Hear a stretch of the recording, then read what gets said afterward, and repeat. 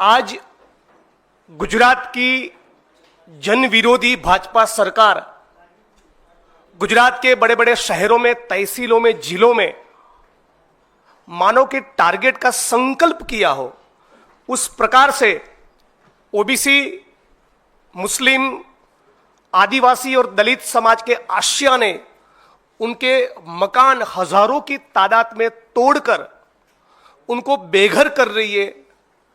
उस परिस्थिति में दूसरी तरफ मैं ढेरों शुभकामनाएं और ढेरों बधाई देना चाहूंगा कर्नाटका कांग्रेस को। हाल अभी अनाउंसमेंट हुआ है कि कर्नाटका में कांग्रेस की सरकार 1,11,000 परिवारों को रहने के लिए आवास की पट्टे का अभी अनाउंसमेंट हुआ है।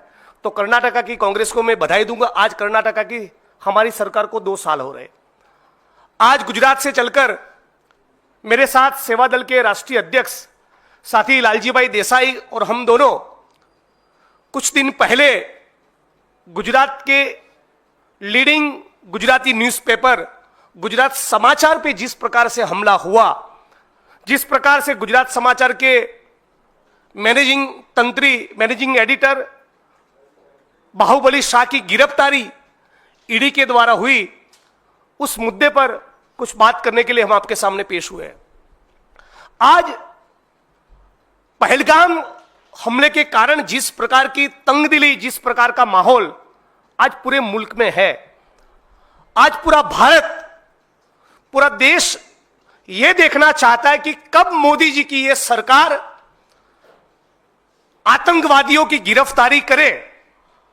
पहलगाम की वारदात के लिए जो भी आतंकवादी रिस्पॉन्सिबल उनकी गिरफ्तारी कब होगी, कब उनको पकड़ा जाएगा। वो पाकिस्तान वापस चले गए या हिंदुस्तान की सरजमी पर है, कहां पर है? इस बात का मोदी की सरकार के पास, भाजपा वालों के पास कोई जवाब नहीं है।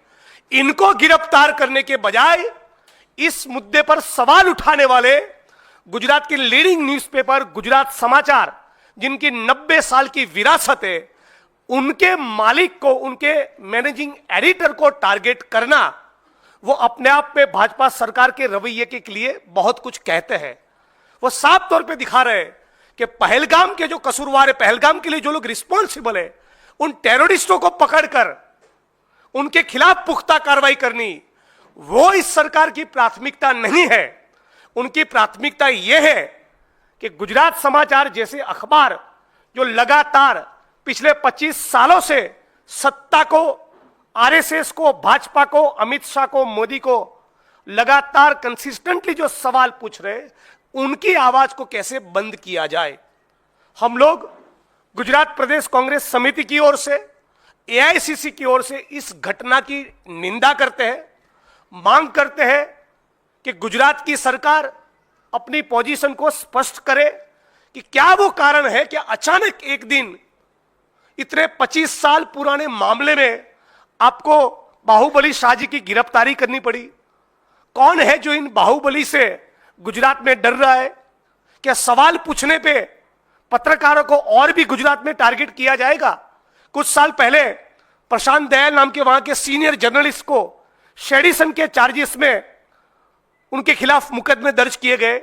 विजय रूपानी की सरकार जा रही है, ऐसा एक एजम्पशन करने पर धवल पटेल नाम के पत्रकार को राष्ट्रद्रोह का आरोपी बनाया। पिछले कुछ दिनों हमने हम सभी ने देखा, न्यूज क्लिक हो, न्यूज लॉन्ड्री हो, बीबीसी हो, दैनिक भास्कर हो, एनडीटीवी हो, बहुत से मीडिया आउटलेट्स के ऊपर मोदी की सरकार ने बार बार हमला बोला है।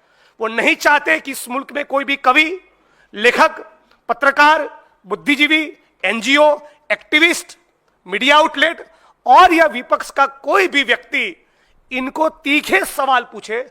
ये बात को मोदी की सरकार हेजम नहीं कर पा रही है। अभी हाल ही में मुझे किसी ने बताया कि गुजरात समाचार के खिलाफ इस बात तक का भी गुस्सा है कि पहलगाम के मुद्दे पर वो बार बार मोदी जी की सरकार को एक्सपोज कर रहे थे। 90 साल से उनका एक लंबा इतिहास रहा है। और मैं कहना चाहूंगा, इस गुजरात समाचार अखबार ने मेरे खिलाफ भी लिखा है, कांग्रेस की नीतियों के खिलाफ भी लिखा है, कांग्रेस को जब सवाल पूछना था तब सवाल पूछे, तीखे सवाल पूछे, लेकिन कांग्रेस की जब सरकारें हुई तब कांग्रेस ने कभी उनके वहां ईडी तो नहीं भेजी, कभी वहां सीबीआई तो नहीं भेजी, कभी वहां इनकम टैक्स का रेड तो नहीं करवाया, कभी मुकदमे तो दर्ज नहीं किए। और पिछले 5 से 6 साल के दौरान अनगिनत बार इनकम टैक्स और ईडी के लोगों ने बाहुबली शाह, श्रेयांश शाह, गुजरात समाचार के परिवार के लोगों को बहुत से सवाल पूछे, बहुत से इंट्रोगेशन हुए, लेकिन कभी गिरफ्तारी नहीं हुई।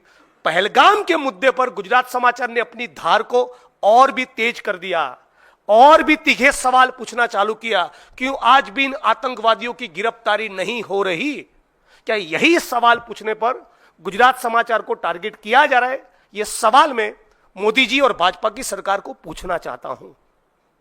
आज गुजरात के अंदर आप किसी को भी पूछिए, 2002 के दंगे हो, फर्जी मुठभेड़ हो, भाजपा के विधायक, सांसद, मंत्रियों के स्कैम्स हो, कॉर्पोरेट हाउसेस को, पूंजीपतियों को, उद्योगपतियों को बड़े बड़े मासिव लैंड पार्सल्स औने पौने दाम पर दे देने की बात हो, गौचरों की लूट हो, जमीन और संसाधन की लूट हो, कैपिटलिस्ट ग्रीड को एंटरटेन करने की बात हो, इन सभी सवालों को गुजरात समाचार ने बड़ी शिद्दत से उठाया है, सालों साल उठाया है, दशकों से उठाया है। लेकिन 25 साल से जिस प्रकार से वो मोदी, अमित शाह और भाजपा के खिलाफ लिख रहे थे, उसका वेंडेटा आज उन्होंने निकाला है। ये प्रतिशोध है। ये मोदी जी, अमित शाह, गुजरात की भाजपा और भाजपा सरकार की ये प्रतिशोध की नीति है, जिनके कारण 73 साल के बीमार, जिनको मल्टीपल, एक से ज्यादा बीमारियां हैं, जिनकी तबीयत, जिनका स्वास्थ्य ठीक नहीं, उन बाहुबली शाह की गिरफ्तारी हुई। आज से 20-22 दिन पहले उनके परिवार की मोहतरमा स्मृति शाह, उनकी मृत्यु हुई, उनका निधन हुआ। उन दौरान भी ईडी उनको लगातार नोटिस देती रही, उन दौरान भी इनकम टैक्स के लोग उनको परेशान करते रहे। अभी हाल में जो गिरफ्तारी, उसके दौरान 35-40 घंटों तक लगातार उनकी पूछताछ की है। तो हमारा सवाल सीधा यह है कि क्या इस प्रकार से मोदी की सरकार बार बार, जितने भी आंदोलनकारी है, जितने भी लिखने वाले, लड़ने वाले, सवाल पूछने वाले आंदोलनकारी है, विपक्ष के नेता है, मीडिया के लोग हो, उनको क्या टारगेट करती ही रहेगी? यही उनकी मंशा बनी रहेगी? या इस देश की जनता के सामने मोदी सरकार बताएगी कि वह आज आतंकवादी कहां पर है, क्यों उनकी गिरफ्तारी नहीं हो रही? क्या मोदी की सरकार, भाजपा की सरकार पार्लियामेंट का स्पेशल सेशन बुलाकर दूध का दूध और पानी का पानी करना चाहेगी? क्या बताना चाहेगी कि पुलवामा क्यों हुआ? मोदी और अमित शाह के रहते हुए पुलवामा क्यों हुआ? यह सवाल गुजरात समाचार पूछ रहा था। यदि मैं गलत नहीं तो पुलवामा के वक्त गुजरात समाचार का एक हेडलाइन था, 56 इंच की कायरता। इस हेडलाइन से मोदी जी को, अमित शाह को और भाजपा को बड़ी तकलीफ हुई थी। उसी प्रकार के हेडलाइन बार बार गुजरात समाचार दे रही है, बार बार भाजपा के विधायक, सांसद, मंत्री उनको एक्सपोज कर रही है, और इन्हीं के कारण इनको गिरफ्तार किया गया, उनको टारगेट किया गया। और इसलिए हम लोग गुजरात से चलकर आकर आज इस प्रेस कॉन्फ्रेंस के माध्यम से इस पूरे एपिसोड की निंदा करते हैं और यह मांग करते हैं कि इनके खिलाफ या किसी भी मीडिया आउटलेट के खिलाफ इस प्रकार से टारगेट करने की कोशिश भाजपा वाले न करें। और ऐसी खबरें देखने के लिए सब्सक्राइब कीजिए हमारे यूट्यूब चैनल को। वीडियो पसंद आए तो लाइक, कमेंट और शेयर जरूर कीजिए। शुक्रिया।